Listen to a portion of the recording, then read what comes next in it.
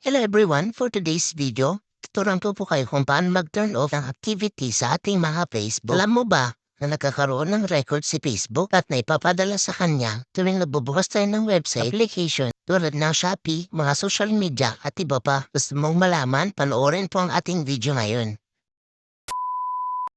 Buksan po natin ang ating mga Facebook at pinutin po natin ang menu. Makikita po sa ibaba.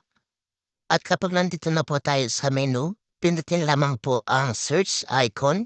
At dito po sa search icon, pindutin po natin yan. At i-type po ang off activity. Ganyan po yung spelling. Pagkatapos, makikita po natin dito ang your activity of Meta Technologies. Pindutin lamang po natin ito. At idiretso na po dito sa ating profile. Makita po natin dito ang recent activity.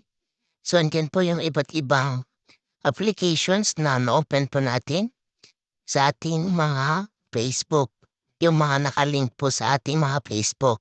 Yan po yung mga application na nagsatrack po sa mga activity po natin sa Facebook. At ngayon, pindutin naman po natin ang arrow para mag-back po sa first page. Pindutin po natin itong clear previous activity. Nakikita po natin dito ang clear.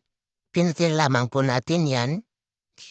Pagkatapos nating ma-clear, pindutin lamang po ang clear previous activity na makikita po dito sa baba. So dito po, what should you know?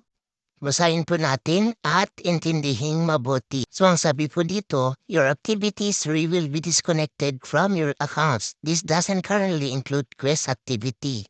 At ayan po, makikita po natin ang previous activity cleared. Ngayon, mag-back ulit po tayo. Bumalik po tayo sa previous page. Ngayon naman, pindutin naman po natin itong manage future activity. Dito po, meron po tayong dalawang option. Pindutin lamang po yung pinakababa, itong disconnect future activity. Pagkatapos, pindutin po natin ang continue. Pagkatapos ay pindutin po natin itong disconnect future activity para ma-disconnect po yung mga future activity na mga apps na nakakonect sa ating mga Facebook account. So ayan na po, cleared na po lahat yung future activity. So ganyan lamang po kadali para po hindi matrace po ng iba't ibang apps ang mga activity na ginagawa natin sa ating Facebook.